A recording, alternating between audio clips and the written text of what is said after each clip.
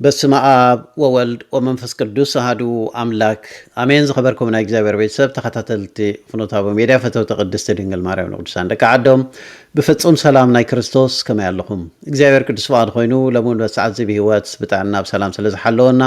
ሽመተ ልዑል ህያው እግዚአብሔር አምላኽና ንዘለዓለም ዝኸበረን ዝተመስገነን ይኹን። ሎሚ ከም ፈቃድ እግዚአብሔር ብዛዕባ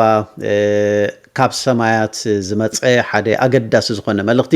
ወይ አርጤምስ ክልተ ዘጋሃደቶ ምስጢር ስለዚ ነገራት እዚ ምሳና ምስ ክርስትናና ምስ አምልኾ እግዚአብሔር ዝተሓዘ ነገር ግልጽ ጌርና ክንሪኦ ክንፈተን ኢና ማለት እዩ። ኣብ ዝሓለፈ ሳምንታት ማለት እዩ ኣብ ሚያዝያ ወርሒ 4 ካብ ዕለት 1 ክሳብ 10 ዘሎ ን10 መዓልታት ዝኣክል ናይ ኣሜሪካ ናይ ስነ ጠፈር ምርምር ናሳ ሓንቲ መንኮርኮር 4 ሰብ ፃዕነት 4 ስነ ፍልጠታውያን ናብ ወርሒ ከም ዝሰደደ ኣብ ታሪክ ወዲ ሰብ ንመጀመርታ ግዜ እቲ ዝረሓቀ ዲስታንስ ማለት እዩ ካብዚ ዓለም እዚ እቲ ዝነውሐ ርሕቀት ዝበፅሑ ስነ ፍልጠታውያን ተባሂሉ ተመዝጊቡ ዘሎ ማለት እዩ። እዞም 4 ስነ ፍልጠታውያን ኣብ ዙርያ ዓለም ዘይሮም ኣብ ዙርያ ወርሒ ዘይሮም ካብዚ ዓለም እዚ ወይ ካብዚ ህዋ እዚ ወፂኦም ንሳቶም ሪኦም ዝሕለፍዎ ሰደድዎ ስእልታትን መልእኽታትን ናብኡ ክንከይድ ኢና ማለት እዩ። ብጣዕሚ ዝገርም መልእኽቲ ስለ ዘለዎ ብፍላይ ምሳና ከም ክርስቲያን ደስ ክብለና ዝግብኦ ብፍላይ ቃል እግዚአብሔር ከነንብብ ከለና ሓደ ዝያዳ ተወሳኺ ዝኾነ ኣፍልጦ ድርዕቶ ነቲ ቃል እግዚአብሔር ብኸመይ ምስትውዓል ከነንብቦን ክንርድኦን ከም ዝግባአና ሓደ ግሁድ ዝኾነ ምስጢር ናይ አርጤምስ ክልተ ሎማዓንቲ ክንርኢ ኢና እሞ መጀመርታ ናብዞም ናይ ስነ ፍልጠታውያን ተመራመርቲ ናብኣቶም ከሕልፈኩም እየ። ንሳቶም ዘሕለፍዎ ቪክቶርን ናይ ክሪስቲናን ማለት እዩ። ብፍላይ ናይ ክልቲኦም እየ ንእሽቶ ቁርፅ ኣቢለ መፅአኩም ዘለኹ ማለት እዩ። ስለዚ ብድሕሪ ናብቲ ናይ ቃል እግዚአብሔር ብኸመይ ኣሰማሚዕና ክንሪኦን ክንርድኦን ኢና ናው ከሕልፈኩም የመጀመርታ ድምፆም ንስማዕ። Apollo 8 had a memorable Christmas Eve reading from Genesis. Do you have a message you'd like to share from space about Easter Sunday? You know, I don't have anything prepared. I'm glad you brought that up, though. I think these observances are important, and as we are so far from Earth and looking back at, you know, the beauty of creation, I think for me, one of the really important personal perspectives that I have up here is I can really see Earth as one thing. And you know, when I read the Bible and I look at all of the amazing things that were done for us who were created, it's you have this amazing place, this spaceship. You guys are talking to us because we're in a spaceship really far from Earth, but you're on a spaceship called Earth that was created to give us a place to live in the universe, in the cosmos. I think maybe the distance we are from you makes you think what we're doing is special, but we're the same distance from you, and I'm trying to tell you, just trust me, you are special. In all of this emptiness, this is a whole bunch of nothing, this thing we call the universe. You have this oasis, this beautiful place that we get to exist together. I think as we go into Easter Sunday, thinking about, you know, all the cultures all around the world, whether you celebrate it or not, whether you believe in God or not, this is an opportunity for us to remember where we are, who we are, and that we are the same thing, and that we got to get through this together. So when we saw Tiny Earth, people asked our crew what impressions we had. And honestly, what struck me wasn't necessarily just Earth, it was all the blackness around it. Earth was just this lifeboat hanging undisturbingly in the universe. I wanted to thank God in public, and I want to thank God again, because even bigger than my challenge trying to describe what we went through, the gratitude of seeing what we saw, doing what we did, and being with who I was with, it's too big to just be in one body. حراي كمزي كنسمعهم زتصنحنا فيكتور انتايو زبل ناي كريسماس نايزي فاسيكا مالتي وي نايزي تنساي ناي بعد تنساي انتاي ملخت تحلفوا لك بزحلفه ناي ورح غعزو زنبره ابولو شمون تكيد كولا ناي اوريزا فترات تنبي بنير بتشوا ناي كريسماس ملخت تباهيلو وي ناي كنيات لده تباهيلو ابولو شمون ناب ورحي اب زخدتو لغيزي اب شحن 960 شمون عامه مرت مالتي اوريزا فترات معرف حدا كفقد حدا حساب 10 ديم حساب شمون انبيبوم نيرو مالتي سلازي نسخه بزغاطامي ناي بعد تنساي قنيا سلازخونه سلازي نغرات زي انتي تحلفو ملخت لكاي تباهيلو مريتسي حنت فلي تفطرت بقى نحنا بزح سب نحنا برحوق اب سمايات بالعلي اب هو كم زلنا بزامن كوركور كم زلنا بزح سب نز نغرات زي زدنق زل ግን ምድሪ ንገዛ ርእሳ ንወዲ ሰብ ዝተባሃበቶ ሓንቲ ፍሊቲ ህያው ዝኾነት መንኮርኮርያ ማለት እዩ ምክንያቱ ኣብ ሓደ ግብ ዝበለ ጸልማት ኣብ ሓደ መትሓዝ ዘይብሉ ኣብ ነገር ጠልጠል ኢላ ዘላ ማለት እዩ ብኩሉ ነገር ብጸልማት ዝተኸበበት ግን ሓንቲ ከምዚ እንታይ ኢልዋ ኦአሲስ ኢልዋ በቃ ኦአሲስ ማለት ኣለኩም ምሽ ከምዚ ኣዝዩ ልሙዕ ጽቡቕ ኣግራብ ሳዕርን ገለን ዘሎ ኣብ ምድረ በዳ ማለት እዩ ኣብ ጸጥ ዝበለ ምድረ በዳ መብዛሕትኡ ግዜ ኣብዚ ሃገራት ዓረብ ኣብዚ ናይ ሳሃራ ኣውታት ንሪኦ ብፍላይ በዓል ዱባይ በዓል ቀጣር ወይ ከማተን ዝኣመሰላ ተመሳሰልትን ተዳሪእናዮ ብፍላይ በዓል ዱባይ ተዳሪእና ኣዝዩ ግሪን ዝኾነ ነገራት እዩ እንሪኦ ማለት እዩ እዚ ኣብ ቀላጥ ደረቕ ዝኾነ ምድረ በዳ ዝኾነ መሬት ማለት እዩ ስለዚ መሬት ድማ ብዙርያ ብጸልማት ዝተኸበበት ግን ሓንቲ ማይ ዘለዋ ዘገርም ብርሃን ዘለዋ ዘገርሙ ድንቅ ዝኾኑ ፍጥረታት ኣብ ውሽጣ ዝርከቡ ነዞም ነገራት እዚኣቶም ሒዛ ሓንቲ ልምዕቲ ብእግዚአብሔር ዝተዋሃበትና ክብርቲ ፍጥረት በቃ እዚ ነገራት እዚ መጀመርታ ክኸይድ ከሎ ንእግዚአብሔር እንዳመስገነ ይኸይዱ እዚ ቪክቶር ማለት እዩ እንደገና ምስተመለሰውን ንኣምላኽ ከመስግን ኮለይና እንሪኦ ማለት እዩ ስለቲ ዝተነግሮ እቲ ናይ ክርስትና ድሕረ ባይታ ስለ ዘለዎ እዩ ናይ ቃል እግዚአብሔር አፍልጦ ስለ ዘለዎ እዩ እምነት እግዚአብሔር ስለ ዘለዎ እዩ ማለት እዩ ቀፂሉ ናይ ክርስቲና እንታይ አይላትና በቃ ትዝገርም ነገር ኣነስ ብዛዕባ تي برهان وي بزعباتي عالم نسي كونكون بزعبا إرزاي كونكون تي وانا نقرت قبل حتى إلا بزعباتي تسألمات قب زبالة تسألمات بزوريا عالم زلو مالتي بك حانت مريتسي حانت نيش تخباب حانت نيش تنطبي قوينا بزوريا زلقن بالعلم بتحتن بوشت بكل نقر زلو مالتي تسألمات نايز قرمازي نقراتي زي قري مني أتبل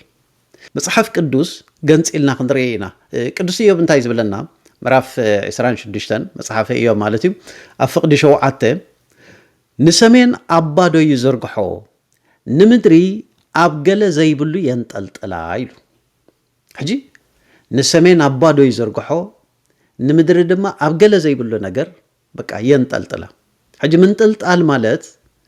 بالعلى زحزة يله بزوريا زحزة يله بتحت زدقفة نجر يله بق أما كل أب هو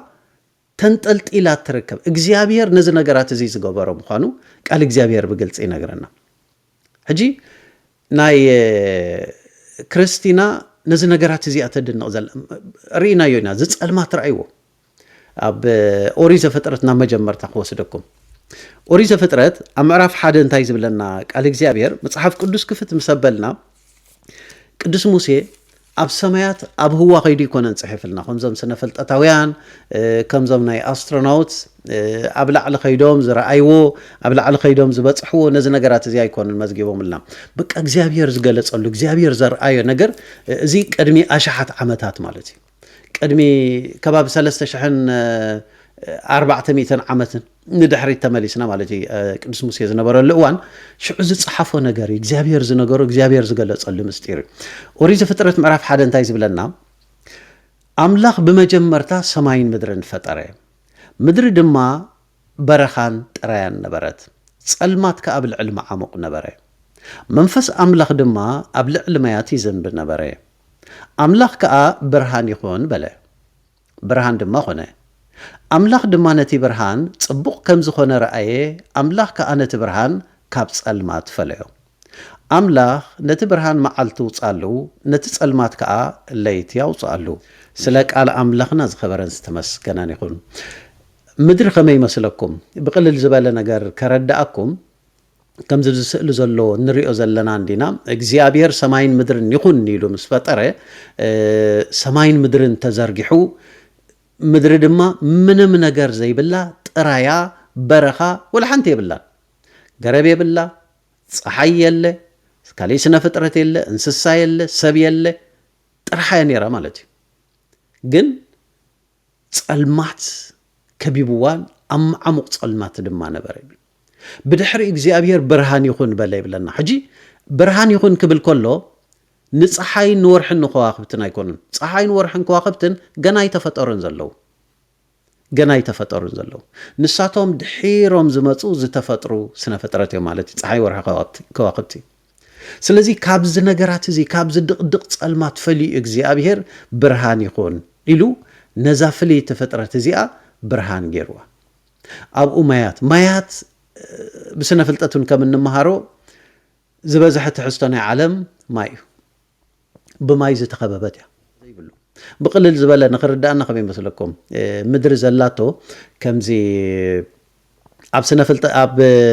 ስነ ፍልጠታውያን ኣብ ህዋ ምስ ከዱ ኣብዚ ስፔስ ምስ ከዱ ማይ ክሰትዩ ከለዉ ንኣብነት ማይ እንተዳ ነጢቡ ኣብዚ ምድሪ ዝፈስስ ከምኡ ይፈስስን ያው ከምዚ ብዚ ንሪኦ ዘለና ኣብዚ ቅድሚት ማለት እዩ ሓንቲ ከባብ ኮይና እያ ትወፅእ ማለት እዩ ማይ እንተዳ በጨቕ ኣቢሎሞ ናብ ምድርስ ስቂሉ እዩ ከምዚ ከቢብ ኮይኑ ከምዚ ኢሉ እዩ ዝፈስስ ማለት እዩ ስሕባ ኣቢሎም ከምዚ ቆሎ ልቕማ ኣቢሎም ነታ ማይ ይሰትይዋ እዚ ኣብ ስፔስ ዘሎ ከምዚ ንሪኦ ዘለና ማይ ማለት እዩ ስለዚ መሬት ብተመሳሳሊ መልእኽቲ ነዛ ከባብ እዚኣ ትመስል ማለት እዩ ብተመሳሳሊ መልእኽቲ መሬት ዝበዝሐ ትሕዝቶ ናይ መሬት ማይ እዩ ምድሪ ዝበሃል ወይ ዝንቑፅ ምድሪ ዝበሃል ኣዝዩ ውሕድ እዩ ስለዚ ከምዛ እንሪያ ዘለና ከማያ ተፀይራ ዘላ ነዚ ፀይርዎ ዘሎ ግን መን እዩ ዘሎ ዋና ነገር ውቅያኖስ ዝኣክል ግዙፍ ባሕሪ ግዙፍ ውቅያኖስ ግዙፍ ቃላያት ተኮይኑ እዩ ዘይፈስስ እዩ ዘሎ ዋና ነገር ኣብ ኦሪት ዘፍጥረት ኣብ ትንቢት ኢሳያስ ምዕራፍ 45 ፍቕዲ 18 እንታይ ዝብለና እቲ ንሰማያት ዝፈጠረ እግዚኣብሔር ንሱ ኣምላኺ እሞ ንምድሪ ዝደኮናን ዝገበራን ዘጽንዓን ማሕደር ሰብ ክትከውን እውን ዝደኮና እምበር ጥራያ ክትከውን ዘይፈጠራ ከምዚ ይብል ኣነ እግዚኣብሔር ኣነ ብጀካይ ካሊእ የልዎን ይብለና ኣሰባሉ እቲ ንምድሪ ዝፈጠራ እግዚኣብሔር ኣምላኽ ንሱ እዩ ንምድሪ ዝደኮና ዝገበራን ዘጽንዓን ማሕደር ሰብ ክትከውን ኮላይ እምበር ጥራያ ክትከውን ዘይገደፋ በቃ ስለዚ ዓለም ተፀይራ ዘላ ዓለም ዝተደኮነት ብእግዚኣብሔር ተፈጢራ ብእግዚኣብሔር ጸኒዓ ብዘይ ዓንዲ ኣብ ህዋ ጠልጠሊላ ዘላ ዙርያ ኩሉ ብጸልማት ተኸቢቡ ንሳ ግን በቲ እግዚኣብሔር ዝፈጠሮ ብርሃን ተወሊዓ ህያው ዝኾነት ፍጥረታይ ተዋሂባትና ዘላ ማለት እዩ ዓለም ሰባት ኣብ ሰማያት ከይዶም ብመንኮርኮር ከይዶም ወይ ብእግዚኣብሔር መንፈስ ቅዱስ ናብ ላዕሊ ተወሲዶም ኣብ ላዕሊ ሪኦም ተዓዚቦም ዝሃቡና ዘይኮነ ገና ኣብዚ ምድሪ እዚ ከለዉ በዓል ቅዱስ ሙሴ እግዚኣብሔር ምስጢሩ ገሊፅሎም ናይ ስነ ፍጥረት ኩሉ ነገር ኣብ ልቦም ግሂድዎ ኣብ ልቦም ኣግሂድዎ ግልጽ ገይሩ ኣእምሮኦም ከፊትሎም ነቲ ስነ ፍጥረት እግዚኣብሔር ንዕኡ ንኸስተውዕሉ ንኽፅሕፉን ንኽምርምሩን ንኽገድፉልናን ብእግዚኣብሔር ሓይሊ ዝተዋሃቡ ቅዱሳን ኣቦታት እዮም ንሶም ዝፀሓፉልና እዮም ድሕሪ ኣሽሓት ዓመታት ወዲ ሰብ ኣብቲ ዝለዓለ ናይ ስልጣነ ጫፍ ምስ በፅሐ ካብዚ ምድሪ እዚ ሓሊፉስ ናይዚ ምድሪ እዚ ሰማያት ቀዲዱ ፈንጢሱ ከይዱስ ናብ ካሊእ ዓለማት ሓሰው ዝብል ዘሎ ኣብ ካሊእ ዓለማት ከይዱ ንዓለምን ተፈጥሮኣን ናብ ዙርያኣን ዘሎን ነዚ ሪኦም ተዓዚቦም ዝመፁ ዘለው እዞም ሰባት እዚኣቶም ዝሰደዱልና ኢና ንዛረቡ ዘለና ማለት እዩ ስለዚ ትቃል እግዚኣብሔር ዝብለና ከነንብቦ ከለና ምድሪ ድማ ጥራያ ነበረ ጸልማት ነበረ ገለ ክብለና ከሎ ነዚ ስእሊ ክንሪኦ ክንክእል ኣለና ኣሕዋት ስለዚ እዞም ኣዝዮም ዕድለኛታት ዝኾኑ ስነ ፈልጠተኛታት በዚ መንኮርኮር እዚ ከይዶም ንወርሒ ዘይሮማ ንዓለም ዘይሮማ ኣዝዩ ርሑቕ ዝኾነ ስፍራ ተጓዒዞም መጽኦም ናይ ዓለምን ናይ ከባቢኣን ዘሎ ናይ ስነ ፍጥረት ብእግዚአብሔር ዝቆመን ዝተፈጥረን ነገራት ኩሉ ነዚ ስእሊ ደጊፎም ሰዲዶም ዓለም ንዓኣ ዝምልከት መጽናዕቲ ክገብሮ እየ ትብሎ ንሳቱ ሰዶ ንሕና ግን እቲ ናይ እግዚአብሔር ዝገበረልና እቲ ናይ ስነ ፍጥረት ነገር ንሱ ርኢናን ብፍጥረት ኣምላኽ ዘበለ ብኩሉ ክንሕጎስ ይግባአና ማለት እዩ እዚ ከነድንቕ ይግባአና እዚ ኣብ እምነትና መሊሱ ነቲ ዘለና እምነት ድርዕዘ ወይ ድማ ከምዚ ጨው ዓይነት ከምዚ ንእሽቶ መቐረት ዝህብ ማለት እዩ ከተንብብ ኮለኻስ አንድምታ ወይ ድማ ትርጓሜ ትረክበሉ ነገራት ምሻሎ ዝያዳ ንኽበርሃልካ ማለት እዩ ስለዚ እቲ ናይ መጽሓፍ ቅዱስ ቃል ከነንብብ ኮለና ድማ ምዝናይ ስነ ፍልጠታውያን ሰደድዎ ስእልታት ለካ እግዚአብሔር ምድሪ ሰማይን ምድርን ፈጠረ ክብለና ኮሎ ጸልማት ማዓምቁን ነበረ ማዓምቁ ብሙሉእ ስፍራ ጸልማት መሊእዎ ነበረ ክብለና ኮሎ እግዚአብሔር ድማ ብርሃን ይኹን ክብል ኮሎ ብርሃን ኮነሞ እንዳበለ ንምድሪ ከብርሃ ኮሎ ነቲ ብርሃን ካብ ጸልማት ክፈልዮ ኮሎ ማይ ነበረት ጥራያን በረኻን ነበረት ብድሕሪ ግን ከምዚ ገበረ እንዳበለ ቃል እግዚአብሔር ክነግረና ኮሎ እዚ ነገር እዚ ባህ ክብለና ይግባእ ዝኸበርኩም ናይ እግዚአብሔር ቤተሰብ ቅዱስ ጳውሎስ እንታይ ዝብለና ኣብ ዕብራውያን ምዕራፍ 1 ማለት እዩ ኣብቲ ፍቅዲ 3 ብፍላይ እግዚአብሔር አቦ ቀደም ببزح منجدي ببوتاتنا نبيات جرو مهيرنا يبلنا نجيرنا يبلنا قالوا بقد تاخن ببالكم أملاك ببزح سعن بزح جزين ببوتاتنا نبيات جرو كم مستزاربهم أبتن دحروت معلتات جنا نعنا بتي وراسه كل زجبرو بوون علم زفت أرود جرو تزاربنا نسو نايكبرو نت أبرقن كرت بحرين كله بحيلك قالوا تصويرو كلوس من صحات ياتنا مس جبره أبلعلي أبيمان جرما تقمت بلنا كله بحيلك قالوا تصويرو كله سلازة علم تسعير زلا بحيلك قال كريستوسيا بحيلك قال أملخنا እግዚአብሔርና ዓለም ንሰማይን ምድርን ክፈጥራ ኮሎ በቃሉ ፈጠራ ይብለና ቃሉ ማለት እቲ ተወሊዱ ተሰቂሉ ዘድሓነና ማለት እዩ ስለዚ እዚ ቃል እዚ ማለት ለሰማይን ምድርን በቃሉ ይጽንዕዎሞ እዚ በጣም ደስ ብል ነገር እዩ እዞም ስነፈልጠተኛታት ድማ ነዚ ነገራት እዚ ስእልታት እዚ هياو زخونه سألي سلازو سأدلنا سلازر عينا بحقي كبري قبؤمي مالتيو نزيز قبري نقرقن እግዚአብሔር አምላኺሞ ንዑና መልኽና አመን ምዃንና ድማ ጣዕሚ خبر خصم معنا ይግበኡሞ ስለቲ ሁሉ ነገር ሽምልዑ ለአምላኽና ዝኸበረን ተመስገነን ይኹን ጸጋ ጎይታናን መድሓናን ኢየሱስ ክርስቶስን ፍቅራ አምላኽን ሕብረት መንፈስ ቅዱስ ምስኩልና ይኹን ንፍኖተ አበው ሓደሽቲ ዘበልኩን ቀጻሊን ዝወጽ መልእኽትን ምክትታል سبسكرايب بمقبار بيتساب كنو نزم لغت زي دما شير مقبار ايترسو